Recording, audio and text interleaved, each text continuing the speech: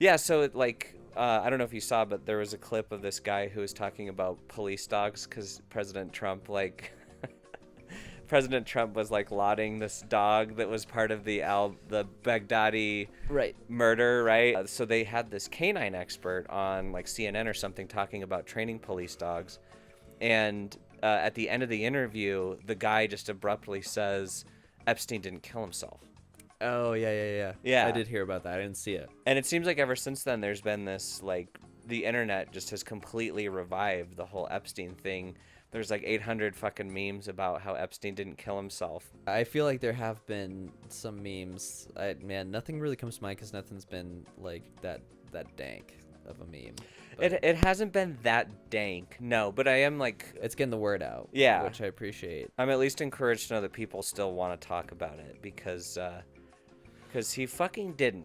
No, he didn't. And really what would be encouraging is that there's some sort of federal investigation going on to ties, at least. Being like, there's some obvious crimes that happen and we're looking for Which, ties. The idea, of course, is that they're not going to do that because he's dead, so there's no reason to investigate, right? That there's no active investigation because there's no specific suspect involved or something like that. So the memes are encouraging, but you would hope that they would lead to some point because I feel like there's this shadow society of child rapists who are in power. Like they're just like, they'll laugh with you at the memes. Like, right. of course he didn't kill himself. Right. What are you gonna do about it? Yeah, and of course, like the internet just posts the meme, and then they're like, "Well, our work here is done. Right. Let's move on." Uploaded. Yeah. Where the fuck? Where's Josh? Oh shit. Well, actually, no. I remember now. He said he had to get out of town. Yeah. But he's so fucking He said poor. So it was urgent because things were just getting too hot around here. But it's fucking winter.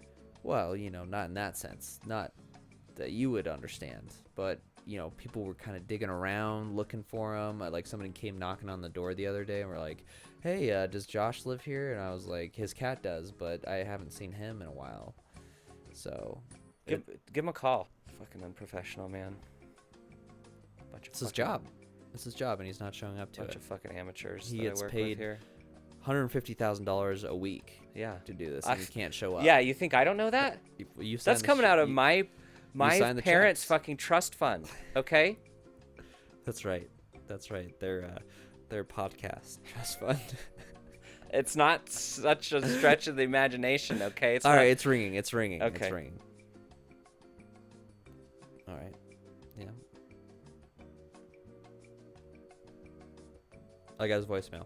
He's not answering. I'm surprised he even has his fucking voicemail set up. All right, you want to go see it? Yeah, let's go. We have to. Okay. I have to earn my check from the podcast. You're trust goddamn fund. Right. You're on fucking thin ice, Buster. I know it. After that nose whistle in the last episode.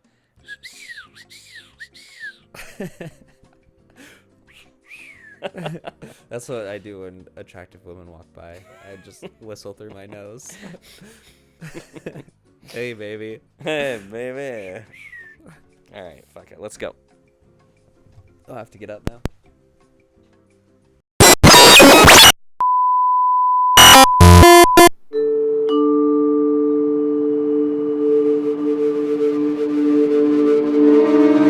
Well, hello there, Jackson.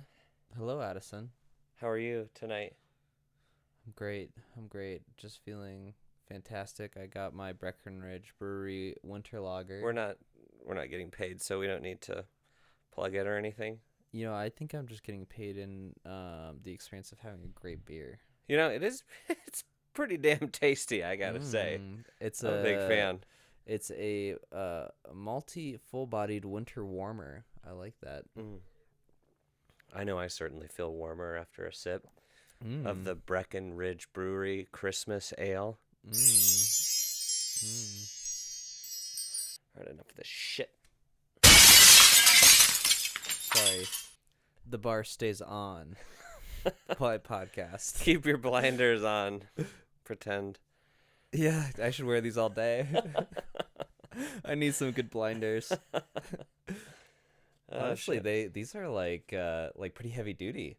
They are. Yeah, they didn't skimp out on their There's cardboard strips. No, they didn't. Throw them off. Throw them off camera.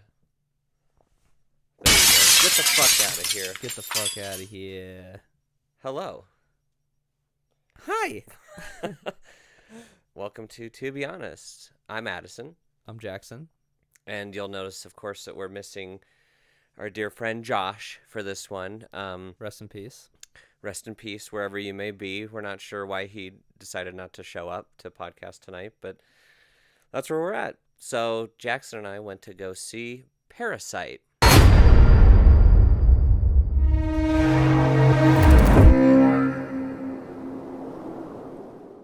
The new film by Bong Joon-ho. That's right. Arguably the most popular or second most popular South Korean film director. I feel like he's the most popular director, but he doesn't have the most popular film. Probably, maybe until this point. I would say Old Boy is like when people think of South Korean cinema, Old Boy is the one. It's the first thing on the list. Yeah, absolutely. that always comes into people's minds. That's not to say that Bong is any kind of a slouch, though, because he's directed some really good movies. He did Memories of a Murder. He did Mother. He did The Host. He did Snowpiercer, which is actually an American movie. It is, and it was his first kind of English language crossover film. You said it was it was a Weinstein production. It was a Weinstein production, yeah, because Weinstein, I guess, was famous for harshly editing movies to try to get them to reach that level of widespread appeal. Yes. So he would kind of court these indie film, directors, and then try to kind of manipulate their films to reach a widespread audience. And Bong was very hesitant to let him do that to his movie. And rightly so. Although, I guess not in Harvey Weinstein's defense because he's indefendable. But he did have a pretty solid career of having a lot of Oscar contenders under the Weinstein label. Yes. So he knew a thing or two. He was just a complete fucking monster of a human being.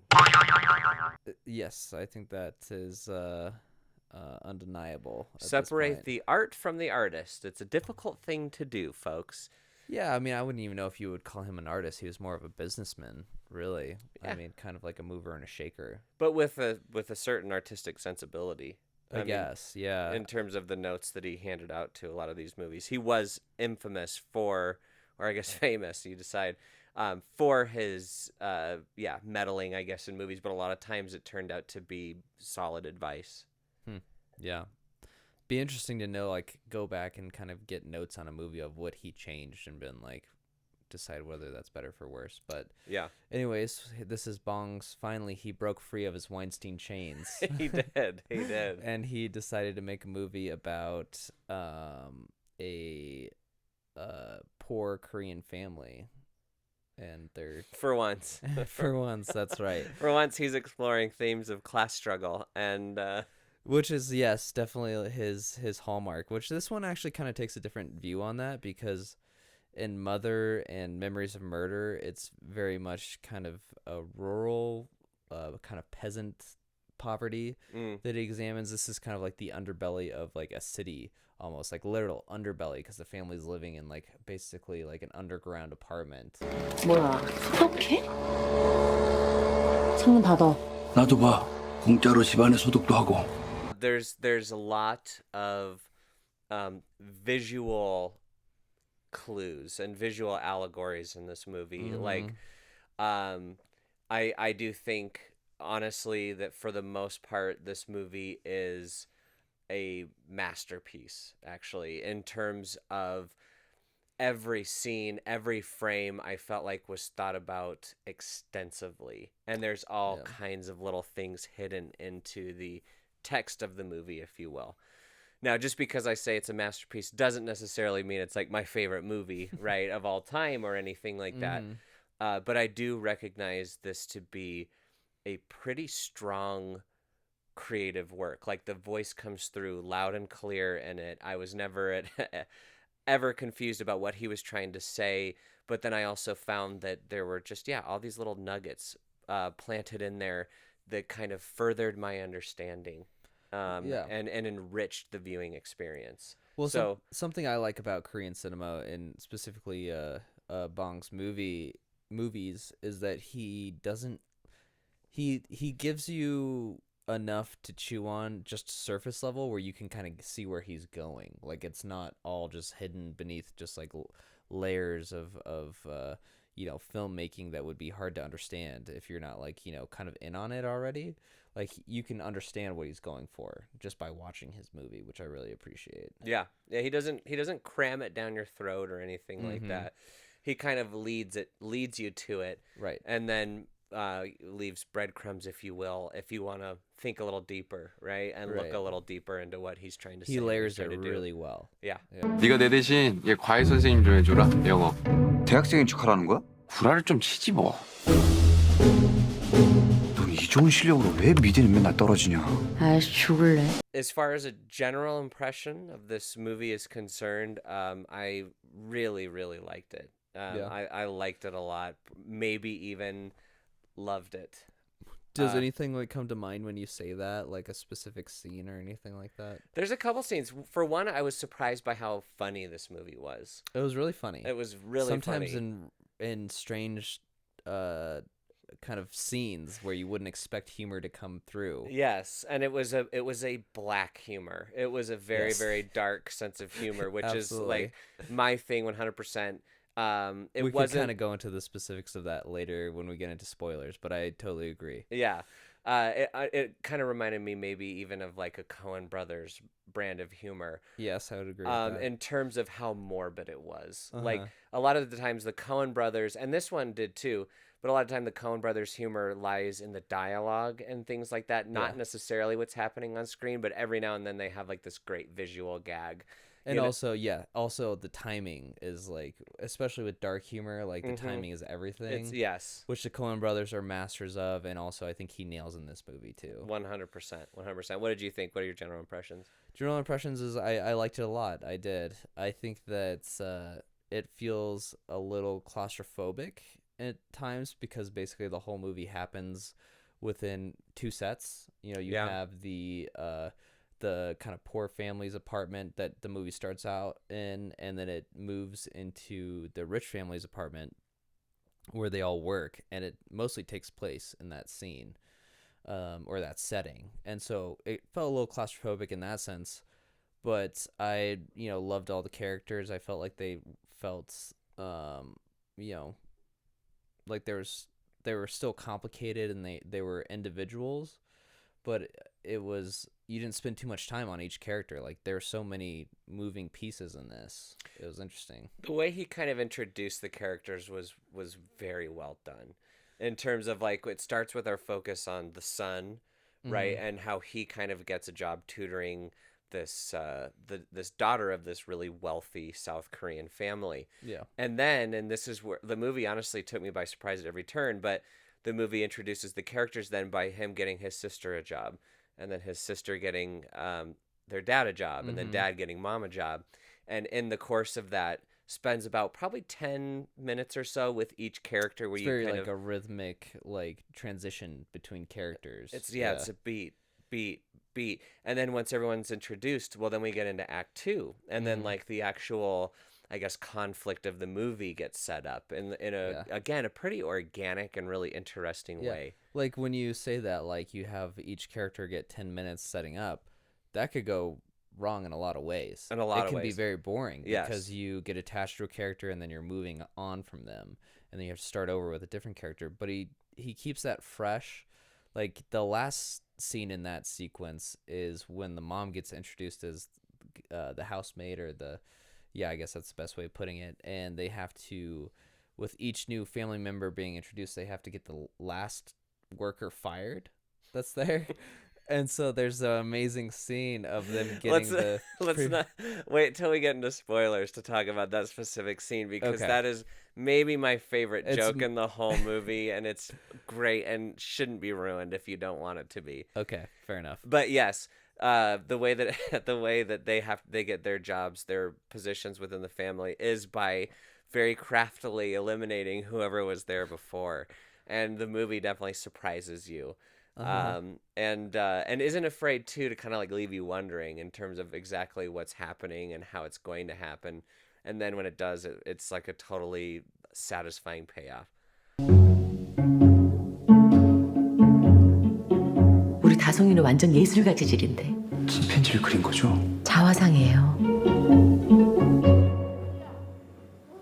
역시. 그동안 미술쌤도 여러 명 바꿔가면서 해봤는데요. 제가 사람 하나가 휙 하고 떠올랐는데. 아 잠깐. 제시카 외동딸 일리노이 시카고 과선배는 김치모 그는 이사촌. And the thing that I like too is that these weren't like easy characterizations.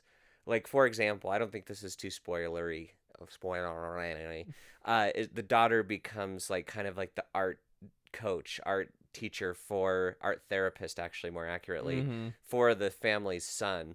And like the movie isn't like showing her like painting in her room in the early scenes and being like, shut up, mom, I'm trying to do my art. Like, which would have been a lesser movie's attempt at like characterizing this person. Too obvious, right? Yeah, but instead, like, what you realize about this family fairly early on is they're like chameleons. They can kind of blend in. Yeah, they're con men, and they do whatever they have to get by. But they're also not like sleazy. Like, they have these family dinners. Well, you get the feeling, yeah, exactly. They're trying to get by, and they have that root. They're rooted in family. Mm-hmm. Exactly. I love that part of that scene when she kind of adopts this art therapist persona, and she's sitting at the table with the kid who's an absolute terror, and each scene he's going wild, and then she, at the end of her session with him, he gets up and he just bows to his mom and he's like, thank you. Yes. Bye. So well behaved now. Just immediately like snaps him out of it. Yeah. And we don't see the scenes that set up like her taming the beast. You or don't whatever. see any of it. No, Yeah. which strengthens their kind of mystique. Yeah. You're like, oh wow, like they're actually really good at what they do, in addition to kind of conning their way into these positions. Absolutely. And that's the first part of like, so it's, you have to address the class issues, right, that exist in this movie.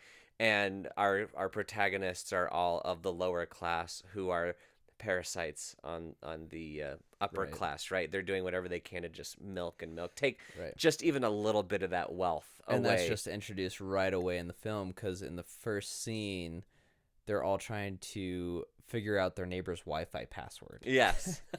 Yes. And they're like walking around with their phone close to the ceiling. Check the corners. Yeah, checking corners to see if they can get a different 1, 2, signal. 3, 4, 5, 6, 7, 8, 9 is the password in their upstairs apartment. Yes. Oh, there's a coffee shop Wi-Fi over here. Let's try it. So yeah. Right away, they're the parasite. Yes, they're the parasite, and they're always on the hustle. They're always on the hustle. 주전대 착하다니까. 진짜 니가 착한 거지. I'm deadly serious. I feel like the movie did a really good job of setting up the characters. I thought the performances all around were really excellent as well. Oh yeah. Particularly it's Song Park Woo, The dad. He's excellent. Yeah, he's like you'll see in Bong's disc or filmography, is that he's in all of them. All of them. He's like the Korean character actor. And he is, like, I think probably the most popular Korean actor, at least according to Wikipedia. Was that in the beginning? Yeah, I think the it's most popular the Korean most actor. or one of the most popular South Korean actors. Oh yeah, definitely. You know, famously known for working with Bong, Bong Joon-ho.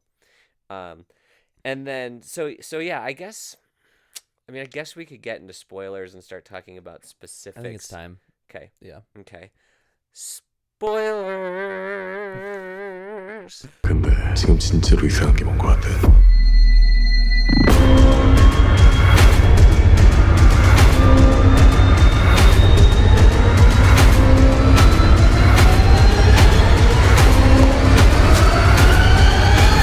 Yeah, so let's talk about the humor. That's where I kind of want to start. A good starting point. Because judging from like the poster, right? And this isn't even the poster that the movie has typically been kind of advertised under. It is with those black bars across the eyes.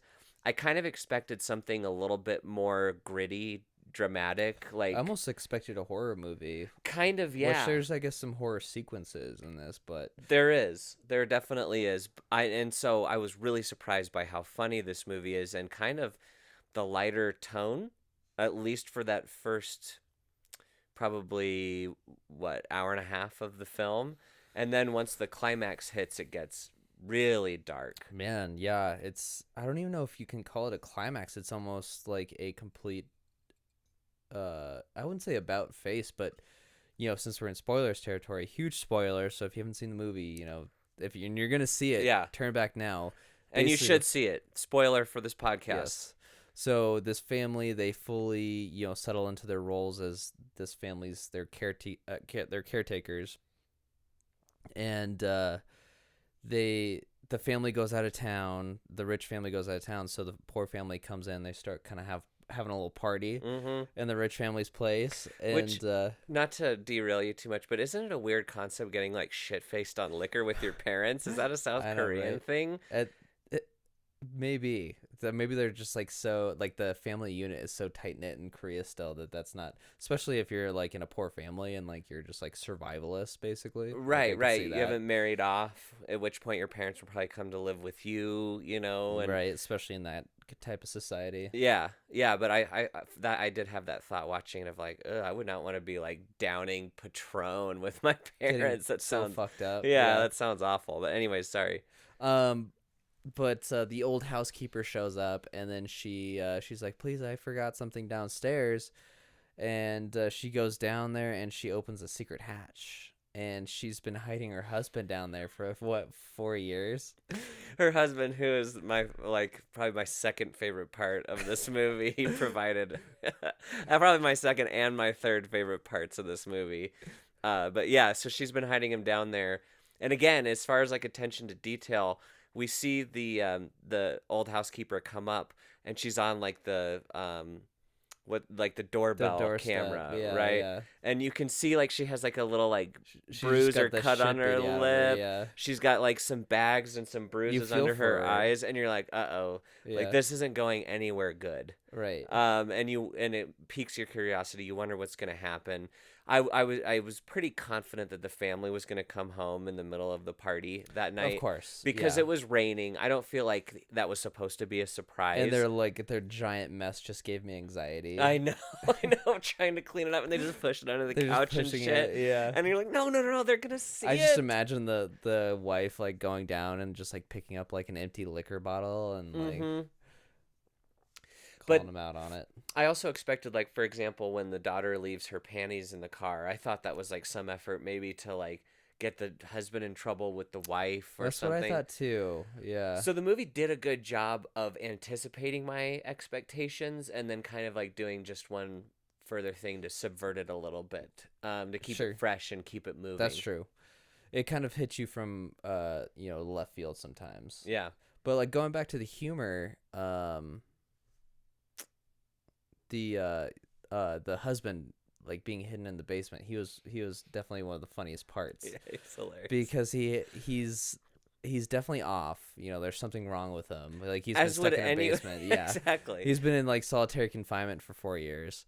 And he hears the dad of the rich family come home every day and walk up the stairs. And he hits the buttons to turn on the light as he goes up the he's stairs. walking up like in sequence. And he yells, "A respect," as he does it, because he loves the dad so much, because he provides like basically a space for him to live. Yes. So as a parasite, he loves his host He does. that he's living off of. And the scene is really funny because he's all tied up in one of the circumstances. He's just banging his head up against the lights.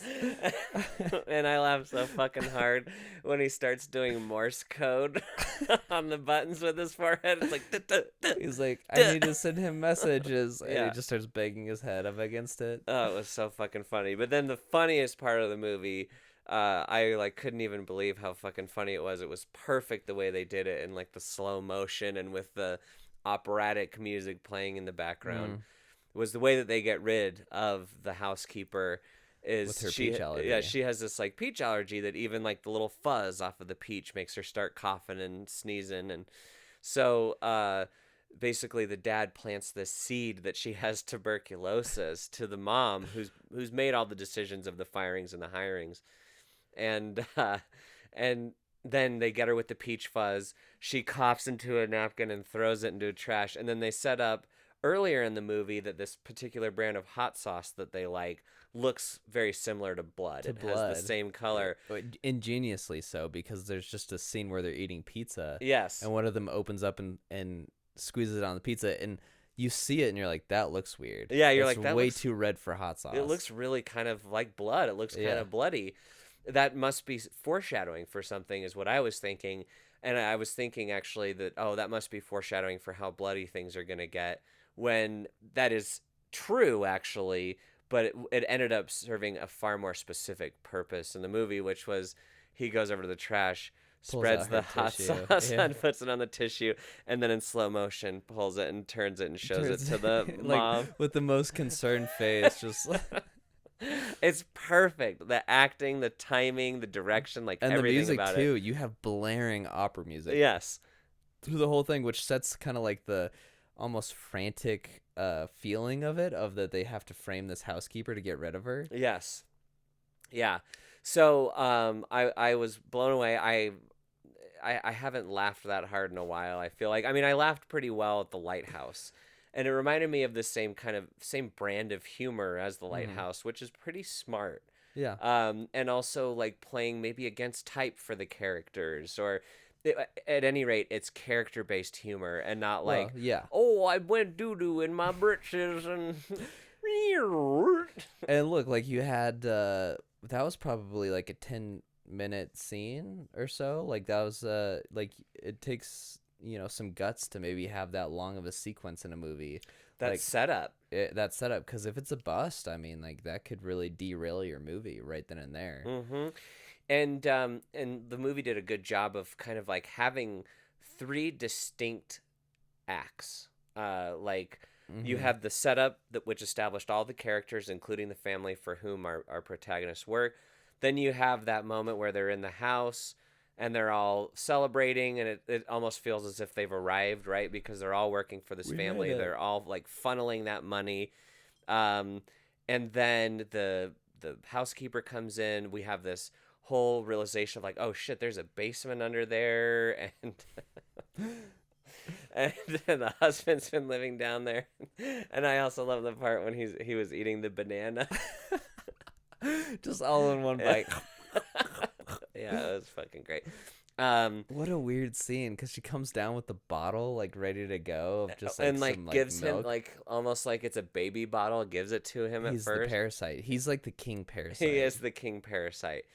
But what the movie then sets up is like some of the main ideas of the movie, which is like, what do the parasites do? They fight amongst themselves, right? Right. They never revolt against the host, you know, the thing that is like sustaining them, but is also the reason that they exist as parasites. Exactly. Yeah. Why Like- they're parasites. Yeah, which is, you know, so many ideas and allegories are loaded into that thing in terms of like, you know, you look at the United States, for example, right now, and how Sure. divided we are between the liberals, the lib cucks, and the conservatives, the white supremacists.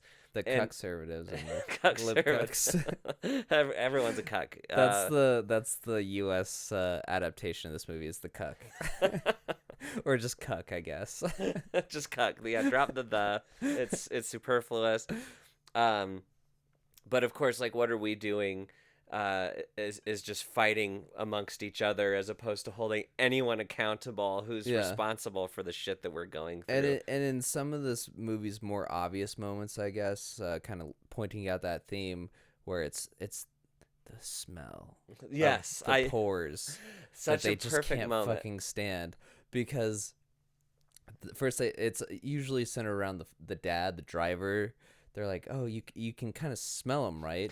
Like an old radish, or like when you boil a dish rag. Or when you go down in the subway, the people in the subway, the parasites down in the subway, he Yes. smells like that, and that's kind of makes him snap at one point.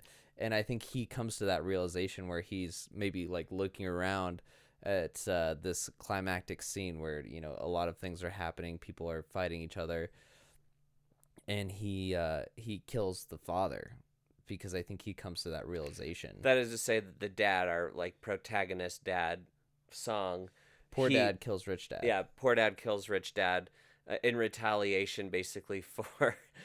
So the guy who's been living in the basement the whole time, he springs to action, grabs a knife, stabs the daughter, right? Who is Stabs the poor daughter. Yeah, poor daughter, who is the art therapist, and then shit just hits the fucking fan. The son, who is, you know, the protege of the daughter, he faints. And of course, the parents freak out. They're like, "Oh, we've got to get him to a hospital." Like, damn the woman who's bleeding out bleeding on the to ground death, right yeah. there. Our kid just fainted. We got to get him to the hospital. And so the dad is like, "Throw me the keys." And then so he throws him the keys, but it gets trapped under the guy who's been living in the basement and Trying to kill the poor mom. Yeah, and the dad like rolls the guy over on his side to get the keys, And he like just can't stand the Can't fucking smell of the them. smell of them, like boiled fucking rags. Yeah. So I'm not even sure where to go from there, honestly. But as far as like, I think that kind of highlights that whole. It brings that theme together. yeah, Where you have these parasites fighting each other, and then you have the host family who couldn't give less of a shit out of, like, there's a lady bleeding out on the ground, and there's they a just guy don't care. skewered through the fucking side. Respect. Just respect. The dog is eating the fucking sausages off of the skewer as the guy lays there bleeding out. What an amazing scene. Yeah, truly amazing scene. Again, all like done in kind of like slow motion. This time, no opera music, just like almost dead silent, right? As the dad finally fucking snaps. And that lead up to that scene too, where the poor dad is being dragged around by the rich mom, basically planning her party. And she's just ga ga ga ga ga She's ga ga like, on "Oh her yeah, phone. it's impromptu. Come in your sweatpants." And she's like buying like salmon fillets. Yeah, and she's like, and "No shrimp and gifts." wine. Yeah. And then of course she's in the back seat driving, and she all of a sudden notices the dad's smell. Puts her finger up to her nose as she's talking on the phone. It's interesting, yeah. The theme of their smell kind of comes up even before that too, where the young boy like goes up to the son, the poor son smells him, then he goes over to the poor daughter and smells her, and he's like, they smell the same. Yes, yeah. There's again, there's like tons and tons of, I don't know, metaphors, Themes. allegories, Yeah. like all of these things, like. And then the flooding towards the end of the movie too, like there's plenty of ideas packed into that event as well. Sure. As far as like they're treading through literal sewage to go get the few belongings from their house that actually fucking matter. And the rich family on top of the hill is just like, "Oh, it's funny that the young boy wants to go camp in the rain." Yeah. Yeah. And then they just lay on the couch and like finger bang each other. Yeah, he was definitely. He was getting at it. Yeah. It's no wonder that dude's rich. 내가 원래 선을 넘는 사람을 제일 싫어하는데. 오늘 이거 애들 아빠한테 꼭 비밀로 해주세요. 저기 손 씻으셨어. So, which one was your favorite? Which character was your favorite? Which character was my favorite? I kind of like the poor daughter. Like, she seemed like she was that unknown quantity. Yeah. Where she was the natural conman, and like even the family says that because she kind of plays the role where she's the matchmaker between the mom and the family, where she's fielding the phone call, like she's a part of an agency, like a maid agency. And I thought it was really interesting that they killed her off at the end. I did too. I'm actually still kind of. There's got to be a meaning or something assigned or attached to the fact that she's the only one that actually dies out of the family. Well, I think it. I don't know if there's specific meaning to her death, but just having a death in that scenario definitely, brought gravity to that scene, where like this family got torn apart by this whole scenario. Yes. And so like the son surprisingly survives because like the guy who was living in the basement, the king Parasite, God, basically bashes his brains in. Yeah. With this rock. Like, I thought he was dead for sure because his blood pouring out. But this apparently, rock, which is like the catalyst for the whole movie, it's given to the son as a gift early on. what was the context of that gift? The gift was that this rock will like bring you Is it just good wealth luck or success or something like that is what the guy says. So that's like of course the catalyst. That's the and then it ends up bashing his brains in later on. Yes. Which Korea has the best brain surgeons in the world. Yeah, apparently. Because he gets a full arc, shot to the head with that rock, and then they have it kind of a shocking scene where you have the King Parasite. You see the whole thing where he cocks it back and just launches the rock at his head. Right at his fucking head. And it's brutal. It's brutal. And then you can see the son just twitching, and you're like, oh, he's done. Yeah. He's done. But it turns out the daughter gets stabbed by the King's Parasite, and she ends up bleeding out and dying, but the son survives. Hang on, what? We do? Oh. Apparently, Josh from an undisclosed location. Is he coming through? Yeah, he's coming through. We're getting go ahead and put him through. Well, hello there. How are you? Yeah, hey, it's me, you fucks. Sorry, I'm a little tied up at the moment. It's been a really fucking crazy couple of weeks. People have started this stupid meme about how Mr. Epstein and how he didn't kill himself, and then, I don't know, a couple of days later, this guy is walking around and following me everywhere I go. I go to the grocery store, he's behind me. I go biking, he's biking behind me in a trench coat. I went to this Russian bathhouse, and I went to go, just to throw him off to see if he'd follow me. I went and jerked off these, Polish immigrants. And he did. He followed me into the sauna, fully clothed, while this fat, pockmarked, shitty old man wheezed his way through a climax. Anyway, that's not the point. The point is, I did not kill Epstein.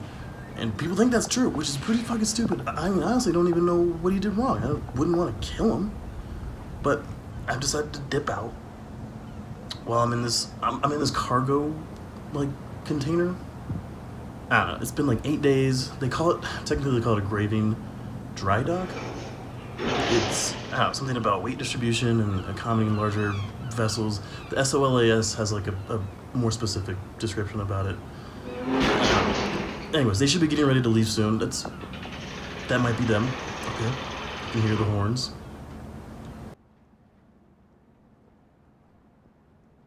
Wait a minute, you killed Epstein? No, I'm saying I didn't kill him, dude. I have no idea why my name is being thrown out there. Okay, sure, I introduced him to the Clintons, but that was when I was 6, as a baby. Can't be held responsible for my actions when I'm a child.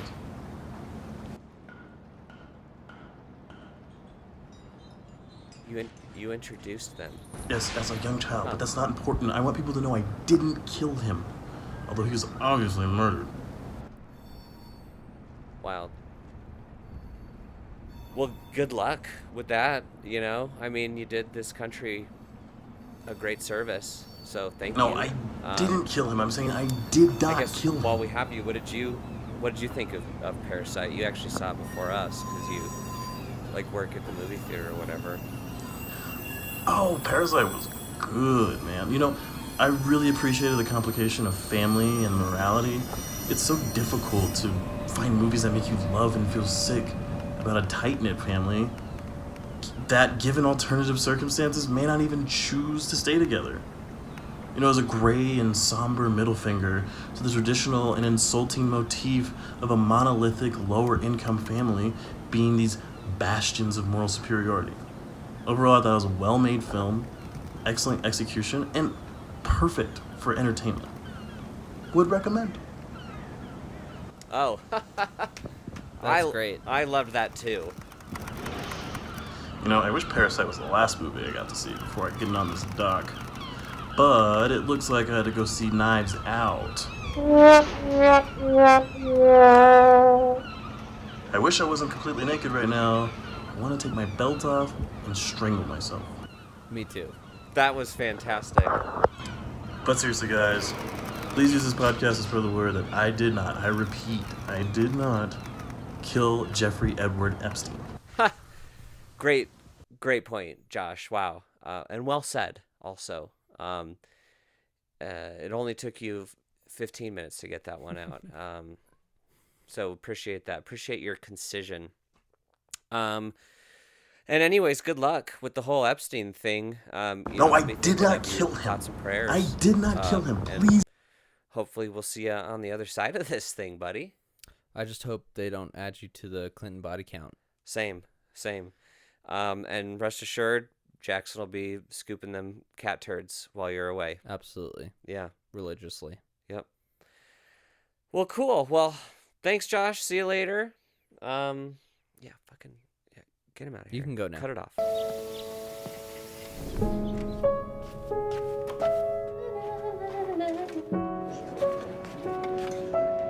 다들 멋있다, 그치? 나 잘 어울려? 구라를 좀 치지 뭐.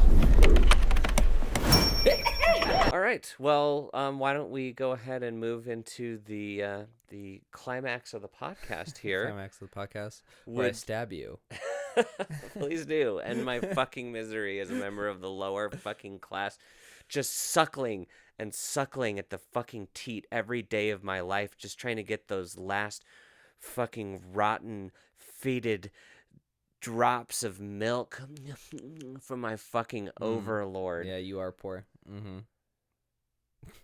I am. You know what was kind of missing from the class dynamic, I guess, in this was what the family was missing. Like, it would have been interesting to kind of get a feel for what they were spending their newly found money on. Yeah, it seemed like food.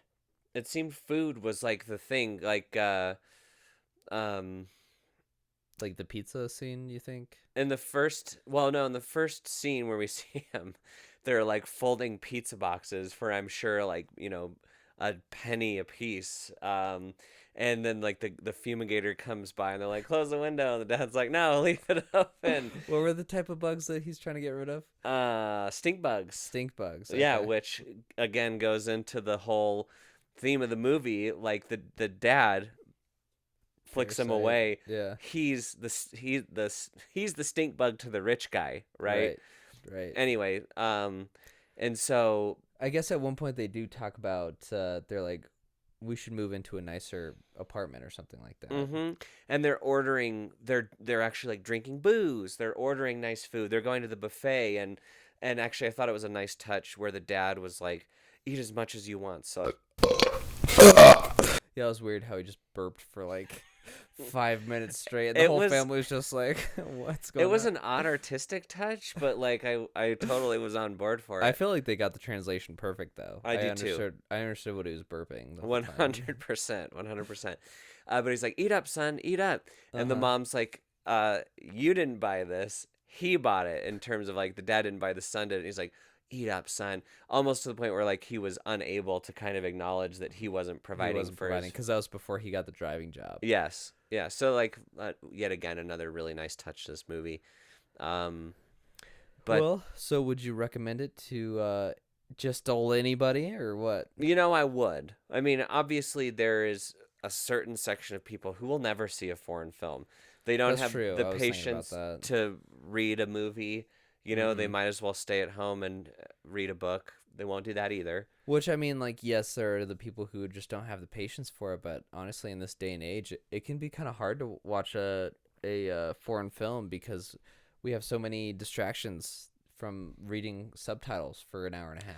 It's true. I mean, like, the only way, or the best way to watch this movie is in theaters. It is in theater, because you feel that itch in your pocket, but you can't get it because you don't want the middle-aged woman next to you to just snap at you. Right. If you feel an itch in your pocket, you probably want to see a doctor. No. I'm too poor for that. That's not. I got healthcare. I got parasites down there. I'm a parasite. It's a part of the ecosystem. It is. Tinkle down economics. Yeah, we went to Alamo Draft House, and if they catch you on your phone, they will just take you out back and beat the shit out of you. They will. Yeah. However, if you snore through the movie. That's okay. That is fine. Okay. That's acceptable behavior. It's natural. Yeah, it is. It is. I mean, all that reading, that would make anyone sleepy. What's I mean, amazing is like so there's a guy to our right who has just had some huge snores, like not consistently, but every once in a while he would just like, you would get that big like just rattling. Exactly.